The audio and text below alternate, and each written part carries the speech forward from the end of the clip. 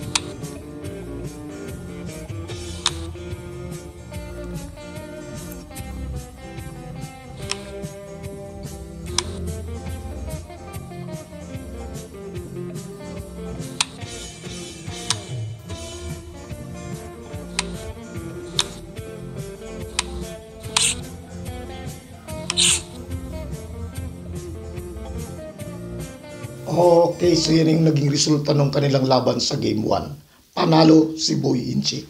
Alright, so ngayon tapos na yung portion para sa mga viewers na ayaw ng daldalan. Naipakita ko na, ha? O ngayon daldalan naman. Siyempre pag daldalan na, nakaka-boring na sobra. Okay? So wala nang dama to ha, puro daldal na lang. Kaya pwede na silang lumipat ng ibang channel. Okay, itong dilaw ang kay Boy Inchik. Itong blue ang kay Nene. Okay, unang sulong si Boy Inchik. Tumira ng 115. Yan. Nag-214. Common ano? 6-1, 7-2. Common pa rin. Nag-116. 313 kumano, 15-3 kain. Atras, 13-7. Common pa rin. Siyempre, magre-real yan para hindi maagrabyado sa posisyon. Kumain doon. Yan. Sa kanyang posisyon, may tumitira dito. Mga galing kung saan lang tinitira eh. Kasi alam nila yung mga tablahan eh. Pero dito ang tinira ni Nene. Pagkatapos, tumira naman ang 5-1. Diyan sa mga magagaling, pwede, binabasag na nila yan. Pwedeng gagano nila yan. Pagkain, tapos saka tatatluin para practical na. No? Okay, balik ko lang ha. Pero hindi kadalasan ginagawa kasi pag ginawa yun, kahit practical, yung posisyon ng dilaw, medyo hindi agrabyado. Okay, nag-16-13. Pagkatapos ng 3-14, para hindi makapag-ganon yung 4-16, kinokontrol. Di nag-5-1 na lang, nag-9-5 naman. Pagkatapos, nag-116, nag-5-4. Nasa common na posisyon. Sa kanyang posisyon, merong iba ginagano, sinasayang na kaagad. Merong iba pinakakainan kaagad. Merong iba sinasayang dito. Marami silang mga paraan. Pag may mga magagaling na yung mga marami ng alam. Tapos, ito naman, sakto na laban, 9-5 ang tinira. Yan. Ano pa rin, common pa rin ang opening. May ganyan pa rin. Ngayon, ang sagot ng dilaw, kadalasan merong ganyan. Ha? May 115. Merong nagte-10.5. Ganito, iba ang tinira ngayon ni Boychik. Dito tayo makakapag-panood. Ngayon pa lang ako nakapag-vlog na ito na yung kasunod na variation na nag-460. Yan. First time kong mag-vlog na ganyan ang variation. O, ngayon sa ganyang formada, sa akto na laban, ginanon. Ha? Pwede namang isubo, pwedeng ganyan, pwedeng ganon. O, maraming paraan din. Ngayon, bigyan natin ng konting variation. Meron lang akong ipapakita para pag sa inyo nangyari ito, hindi nyo gagawin. No? Para may warning kayo. Ito. Halimbawa, nag-7-2. Yan. Pag nag-7-2, kadalasan ito ang tinitira. Ginaganon siya. Nag-A3. Ganyan. Pag tira ng A3, nag-5-1. Tingnan nyo yung formada nag-5-1. Pagkatapos, nag-10-5. Yan. Ito kadalasan. 10-5. Kapag ka hindi mo alam yung ganyang posisyon, akala mo lansi na. No? Lalansi na. Kasi dadama na dito. Kadalasan ginagawa. Pero huwag yung gagawin. Dahil yung lansi na yun, patibong pala yun. Patibong yan. Trap lang yan. Pag nilansi mo, kakain ka ng tatlo. Ganyan na yung mangyayari. Tira pa ng dilaw. Babanatan ka ng mga hindi ito. Ayan na. Pagkatapos, siyempre dama to eh. Kakain dito. Kakain ka ng dalawa. Walang pangbalik ko. Kaya delikado. Okay, so nakita na, no? Balik ko lang, ha? Okay. Okay, dyan na tayo ulit. Basta tandaan nyo yung ganong posisyon, huwag nyo gagawin yung lansi na yun. Patibong yun. Kasi inaamin ko sa akin, nangyari din yan. Kaya na-leksyon ako noon. No? Kaya hindi na mangyayari sa akin ulit. Okay, so ito yung pinakita natin kanina. No? Ngayon, nagbigay ako ng konting sample. Ngayon, tuloy natin yung akto na laban. Dito sinayang. Ayan. Ngayon, sa kanyang formada, kapag ka tinakpan, siyempre, agrabyado. Agrabyado naman yung dilaw. Kasi titirahan na yan dito. Wala nang ibang solusyon kundi tatakpan. Pag tinakpan mo yan, pagkakain mong atras, merong subo dito. Pagka ganyan, no? Ayan, may subo. Pagkatapos, pwede ka na niyang dalawahin. Gaganyanin ka na. Di, mauna kay Lugi, hahabulin mo ngayon yun. Okay, so susubukan ka ng ganyan. Pagkain dito, kakain siya dito. Ganyan na yung mangyayari. Di siyempre, hahabulin mo yung lugi niya. Sasayangan ka ngayon dito. Pagkatapos, sa ganyang formada, marami nang pwedeng gawin yung blue. Pwede na siyang kung anong gawin yung forma. Pwedeng sumubo siya, pwedeng ito, pwedeng umiwas siya. Yun, mahaba na. No? Mahaba ng posisyonan. Okay, balik ko lang ha.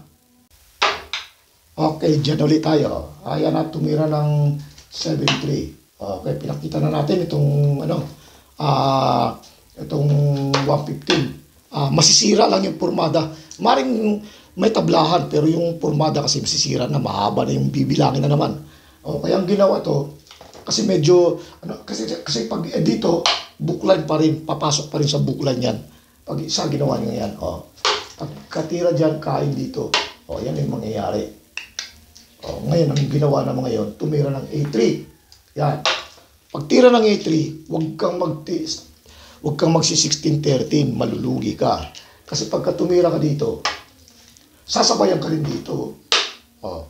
Di, kakain ka. Pagkain mo ganun, itong pangkakain nila, hindi yun.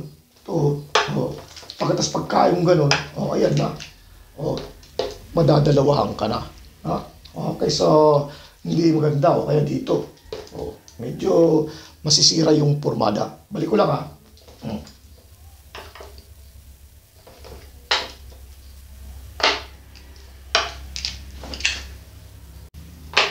Okay, so dyan ulit tayo, no? Huling tira, nag-6-1. Pinakita na natin to, hindi maganda. Hindi maganda para sa dilaw. Kaya ang ginawa niya, umiwas siya. Ayan. Siyempre kapag ka tinira dito, lalamang yung dilaw, kitang-kita naman eh. Tatakpan lang to. Really yan, makakapag-isip na ng maayos yung dilaw niyan. Okay, balik ko lang ha. Okay, ito.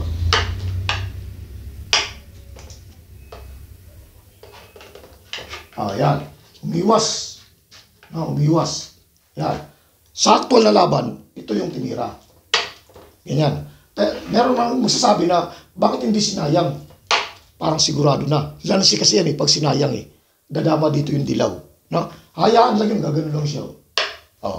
Pagkatapos, kakain ganyan. Pagkatapos sakay gaganon. Kita nyo na yung lansi. Diba? Ito yung mga common na lansi. Tapos sakay gaganon, papakain dalawa. Pagkakain ng dalawa, ayan na. 1, 2, 3, dama. Pag may dama na, mahirap na kahit nalugi ng isa.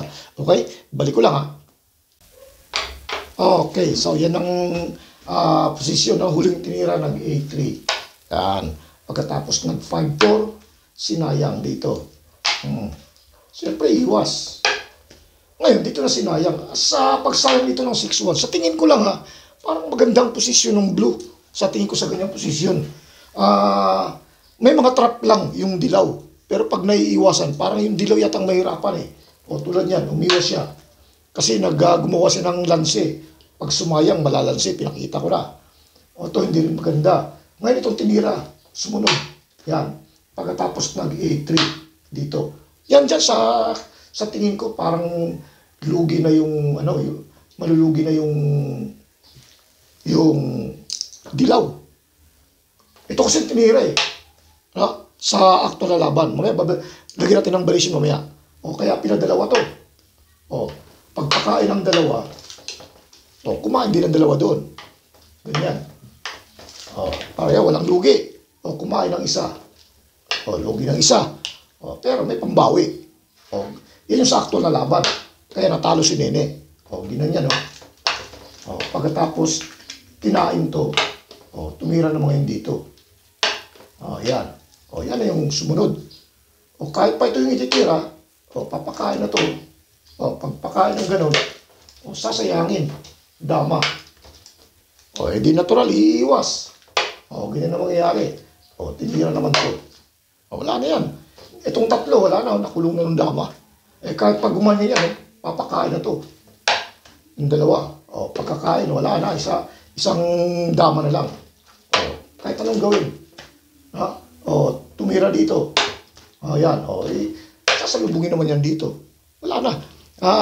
Hirap-hirap na yung dilaw. Kaya dyan, talo na si Nene sa posisyon na yan. Okay, so ibalik natin yung doon sa sinasabi ko na palagang sa tingin ko na blunder yata si Nene. Merong magandang tira. Okay, balik tayo sa ganyang posisyon. Tingnan natin yung naging pagkakamali. Tumira ng 313. Ayan. Pagkatapos, nag-16-14. Sinayang. Umiwas. Kasi gumagawa ng lanse. Baka nga naman pumasok. Hindi pumasok. Tinira to. Wala nang ibang choice yung dilaw. Hindi mag-A3 na lang. Yan lang tangi niya. Ngayon dito, ito yung pagkakamali. Nung 13-16. Paano kung ginanito? Kitang-kita naman na malulugi. Ewan ko lang kung paano solusyon pang magagawa dyan. Kung may solusyon pang nga ba dyan. Wala akong makita Pagka ito, agrabyado. Kahit na sabihin na yan ang gagawin. Halimbawa, igaganon. Kakain. Anong gagawin niya? Sasayang. Siyempre, iiwas lang. Pag sumayang uli, igaganon na yan. Pagkakain dito, mabubutas to. Dadama to. Wala na, lugi na isa, may dama pa. Balik ko lang Okay. So, yun ang nakita ko. Ayusin natin. Yan. Sinayang. Hanapan natin ng magandang tira kung meron pa. Mari siyang tumira ng pang-blunder. Kung magkamali ng kain, pwede siyang manalo. Kung halimbawa, ito tinira. Kaya lang, pagka tumama naman yung kain, lalo agrabyado yung dilaw. Kasi dito kapag itong inunang pangkain, talo talaga yung blue. Kasi pupunta na doon, tapos may bahaw, isa. Kaso kung ito naman ang unahing ipangkain, agrabyado. Agrabyado pagka yun ang tinira. Wala naman ibang, ako nakita ng lansi Meron bang ibang lanse? Wala na. Kapag ka ginanon, dadalawahin, no? Lugi. O. Manlugi. Agrabyado. Paano pa? Eh, pagka ginanon, lugi pa rin. Pagkakain doon. Kakain dito. Lugi. No? Balik ko lang, ha? Balik natin. Yan. Kulang yata. Ganyan. Sinayang. Hanapan natin kung meron bang solusyon. Dito. Pinakain. Yan. Tinitingnan ko lang kung may solusyon. Pagka dito, lalo nang maiipit kasi ipapakain na to. Pag itong pinangkain, susubo na to. Ipit na lalo to. Balik ko lang, ha. Kung halimbawa ito yung pagkakain, gaganon, tingin ko lugi ng isa yung dilaw. Balik. Ganyan. Kumain ng dalawa. Pagkatapos, may parehong dalawang bahaw. Ano ba, yan ang inunang kain. Simas lang, kahit ano lang unahin kainin, dito. Pagkatapos kumain dito, kumain doon. 1, 2, 3, 1, 2, 3, 4, 4, lugi. Kaya agrabyado. No? Okay, balik ko lang, ha. Okay, dyan ulit. Tignan natin, ha. Nag-5-4, sinaya ng 3-13, umiwas. Sinaya ng 6-1, gumanon. Bawal sumaya kasi may lanse. Timing muna dito. Walang ibang may tira kundi ito. Sinayang dyan. Kung itong sinayang, palagay ko panalo yung blue. Tingin ko talagang blunder talaga yung nangyari na tinira niya na baka akala siguro niya yung makakalamang siya. Kasi akala siguro niya pag tinira to, may ipit. Pero ito pala yung mas maganda.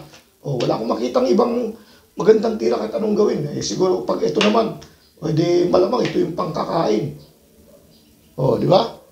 Pag gaganon, wala na, papalugi na naman siya. Lugi na ng isa. Wala akong makitang magandang tira, ano pa bang pwedeng tira? Pag ito naman, kakain doon, wala, lugi ng isa. Tapos ipit pa to. Ano pang pwedeng tira? Ito, nakita na natin yan. Pag yan ang tinira, iiwas lang. So, tingin ko, na-blunder siya sa part na yun. Palagi ko, yun yung best. Kahit na kayo, subukan yung tingnan kung tama ba na mas maganda yung pinakita ko na yun ang dapat niyang tinira. Kung talagang na-blunder ba siya. Okay? So, hanggang dyan muna tayo sa game 1. No? Bago tayo magpaalam, shout out muna tayo. Okay, dun sa mga gustong bumili ng libro, meron tayo na pinapakita. Dalawang klase kasi yung pagbentahan ng libro sa ngayon kasi nauso na yung online, hard copy. Yung hard copy, medyo mahal yun siyempre. Dahil ipapadeliver natin, LBC, magpapaserox pa ako, bookbind pa. Pero yung isa naman, soft copy. Yun yung pipicturean ko lang yung mga libro. Pagkatapos, isisend ko na lang sa messenger mo or isisend ko sa email mo. Okay, ganun? Okay, shoutout na muna tayo. Alright, shoutout dito kay Noel Valdehuesa ng Olongapo City. Yun. Dito naman kay Alan Lungay, ang Dama Champion ng Bohol. Alright. Dito rin kay Jojo Factes, ang pretty boy ng Iloilo City. Okay. Kay Rolando Sardual. Dito naman kay Romeo Bigas. Alright. At kay Noel Basco alias Noel. Alright. Dito rin kay Ruben Gaum ng Tagum, Davao. Okay. At kay Oscar Amakin ng Panglao, Bohol. Yung. Dito rin kay Ranilo Lumiares ng Manila. Alright. At kay Elizar Casal Torres. Yun. Dito naman kay Elmer Gansan. Alright. At kay Celso Palubon. Alright. Dito naman kay Rome Masaglang. Kay Gilbert Enoch. Alright. Kay Gilbert Especio, yun. At kay Alex Paroni, yes. Dito rin kay Rick De Los Santos, at kay Julius Lacia, okay. Dito naman tayo ngayon sa mga YouTuber gaya ng mga Dama Vlogger na sina Pinoy Dama Channel, yun. At kay Dama Maestro, alright. Dito rin kay Triple Dama TV, yun. Kay Larry Dama PG, yes. At kay Kadamista TV, ang channel ni Joy Pagadian. At kay Boy Dalaget, ang ating kaisa-isang legendary grandmaster sa Dama. Alright, maraming salamat sa inyong oras, hanggang sa muli.